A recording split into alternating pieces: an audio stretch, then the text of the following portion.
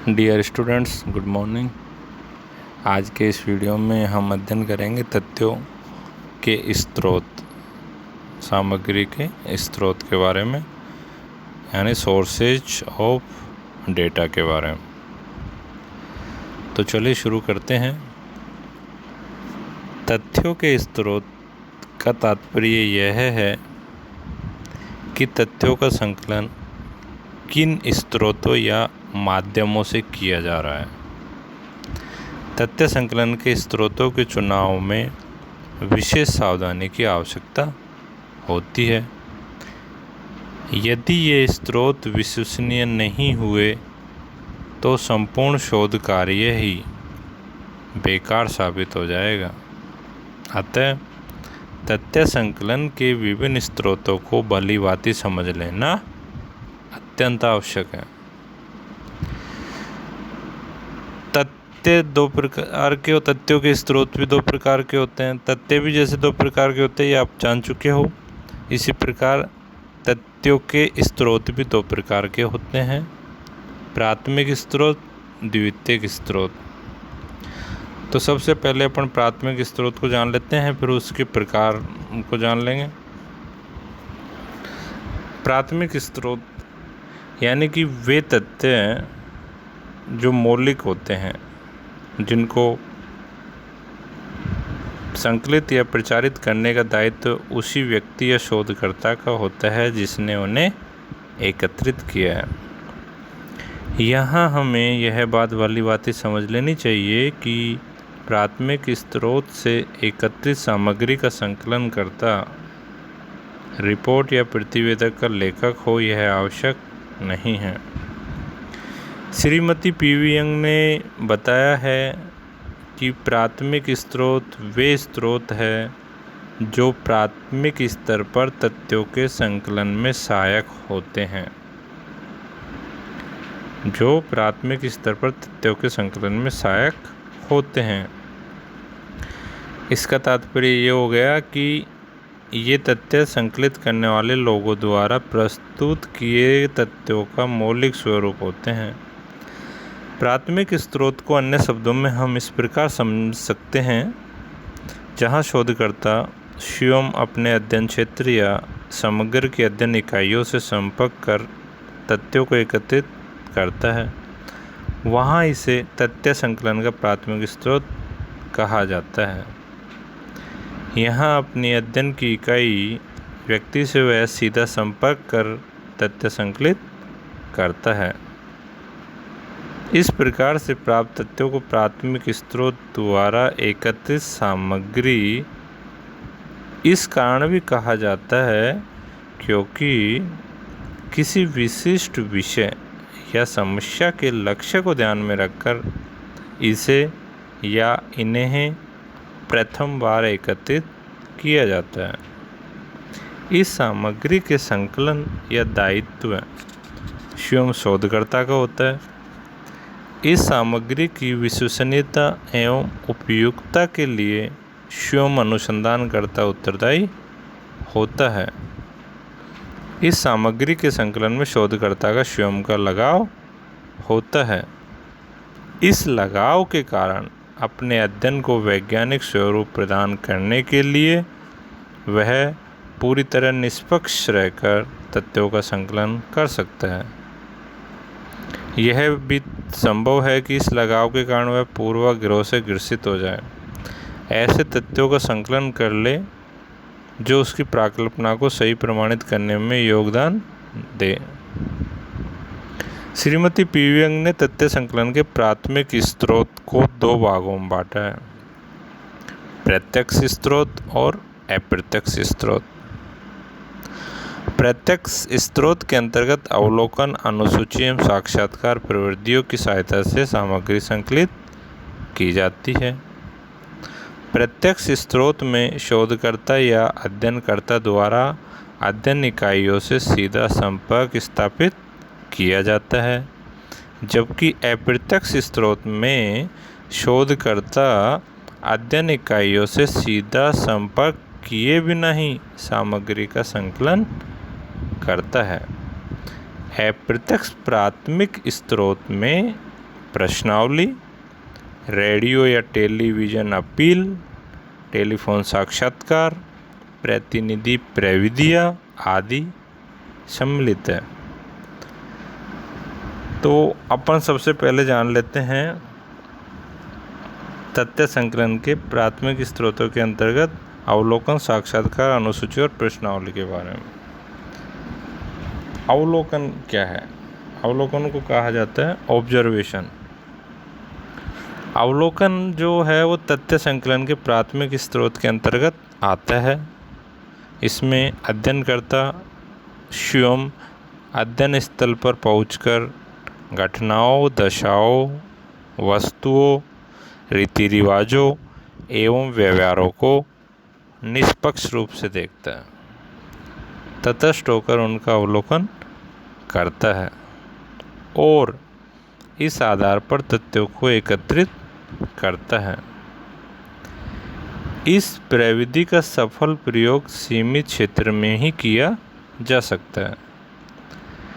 साथ ही ऐसा अध्ययन लोगों के विचारों, विश्वासों, भावनाओं एवं मनोवृत्तियों से संबंधित नहीं होना चाहिए, क्योंकि इनका अध्ययन अवलोकन प्रविधि से नहीं किया जा सकता। अवलोकन के 3 प्रकार होते हैं। एक सहभागी अवलोकन, दूसरा अर्ध सहभागी अवलोकन, तीसरा असहभागी अवलोकन। सहभागी अवलोकन में अध्ययनकर्ता स्वयं उस समूह या समुदाय का एक सदस्य या भाग बन जाता है जिसका उसे अध्ययन करना होता है। ऐसा करके वह समूह के संबंध में महत्वपूर्ण तथ्य ज्ञात कर सकता है। दूसरा है अर्ध सहभागी, जैसे कि इसके नाम से स्पष्ट होता है। इसमें अध्ययनकर्ता लंबे समय तक समूह का अंग बनकर नहीं रह पाता। वह विशेष अवसरों से संबंधित तथ्य एकत्रित करने के लिए उन अवसरों पर समूह के निकट संपर्क में आता है, यानी कि कभी कभी आता है विशेष समय पे। तीसरा है असहभागी अवलोकन। इसमें अध्ययनकर्ता अध्ययन किए जाने वाले समूह या लोगों के निकट संपर्क में नहीं आता, उस समूह का सदस्य नहीं बन जाता। वह तो एक दर्शक के रूप में घटनाओं का निरीक्षण कर तथ्य एकत्रित करता है।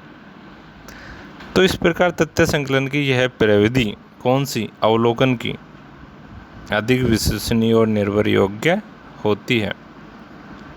दूसरा है साक्षात्कार।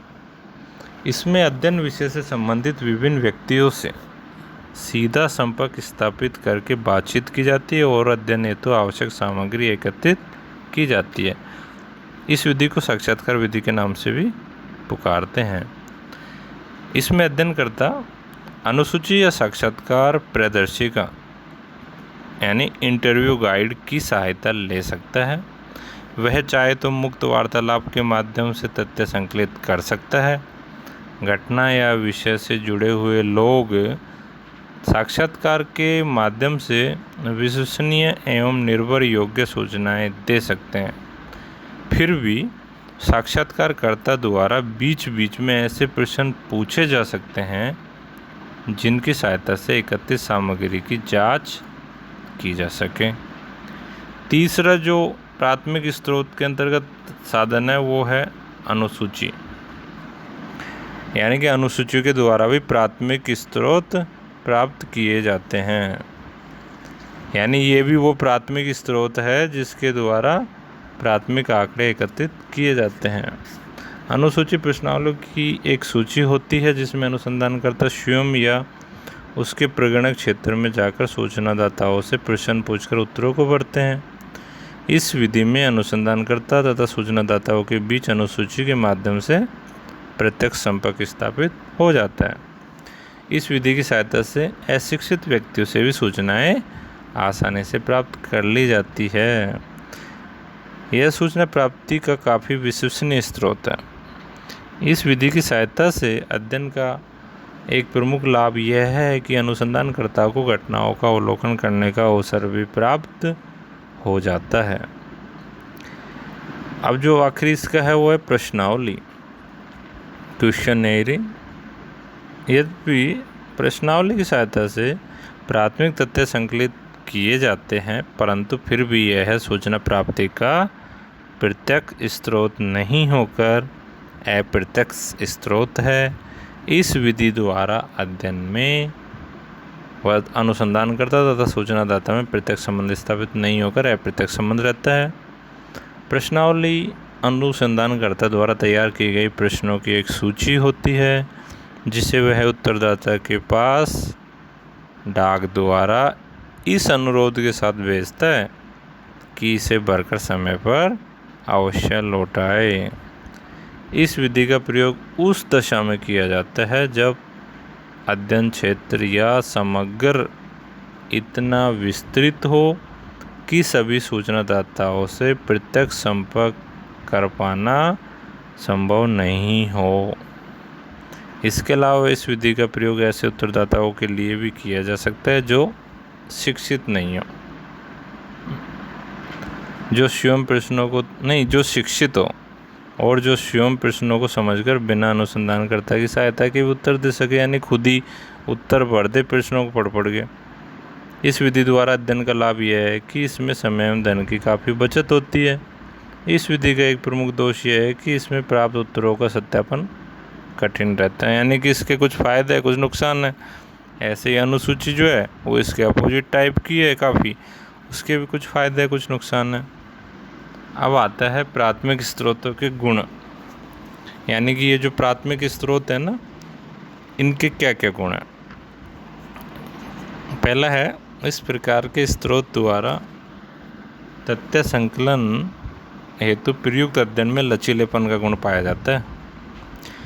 अध्ययनकर्ता परिस्थितियों के अनुसार अध्ययन प्रविधि में परिवर्तन कर सकता है, प्रश्नावली में प्रश्नों को बदल सकता है यदि अध्ययनकर्ता यह महसूस करता है कि विषय के किसी विशेष पक्ष से संबंधित तथ्य उपलब्ध नहीं हो रहे हैं, तो वह अध्ययन प्रविधियों में संशोधन कर सकता है ताकि आवश्यक सूचनाएं प्राप्त हो सकें। दूसरा जो इसका गुण है वो है प्राथमिक स्रोत व्यापक क्षेत्र के अध्ययन के लिए उपयुक्त है। यहाँ विस्तृत क्षेत्र में पहले सूचनादाताओं का अध्ययन करके तथ्य एकत्रित करना संभव है। प्रश्नावली विधि की सहायता से यह कार्य आसानी से किया जा सकता है।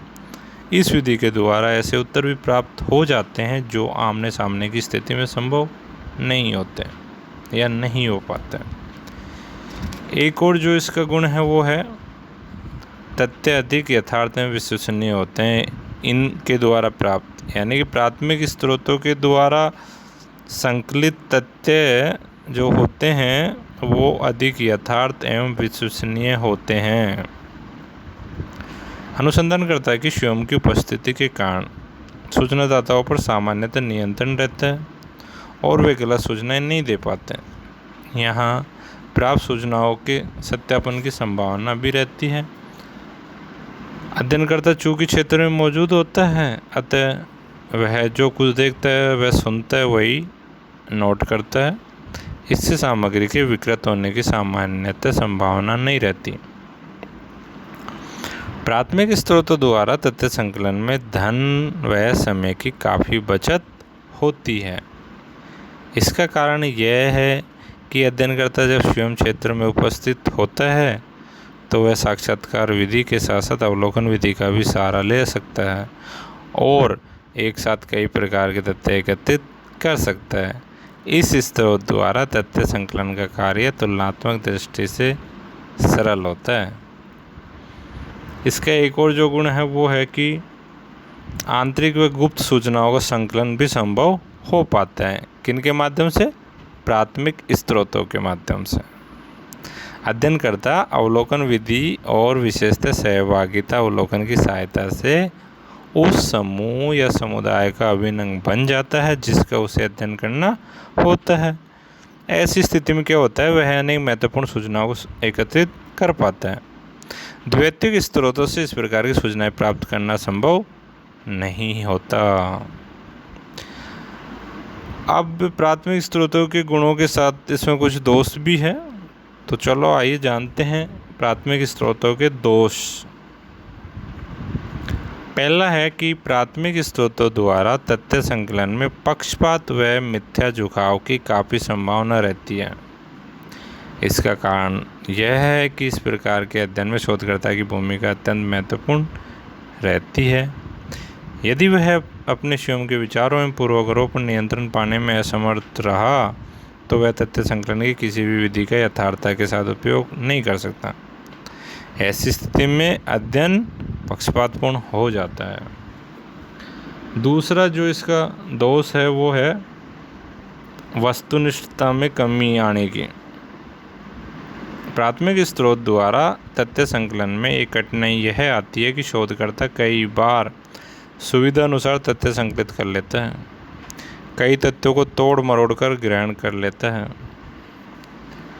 तीसरा जो इसका दोष है वो है तथ्यों की स्वाभाविकता के नष्ट हो जाने का खतरा रहता है। और इसका जो अगला दोष है वो है अतीत की घटनाओं का अध्ययन या ऐतिहासिक विधि द्वारा अध्ययन संभव नहीं है इसमें। यानी इस स्रोत द्वारा वर्तमान से संबंधित तथ्यों का संकलन ही संभव है, क्योंकि इसमें जीवित लोगों से ही सूचनाएं एकत्रित की जा सकती है या की जाती है। इस स्रोत की सहायता से अतीत की घटनाओं का अध्ययन या ऐतिहासिक विधि द्वारा अध्ययन संभव नहीं है। धन्यवाद।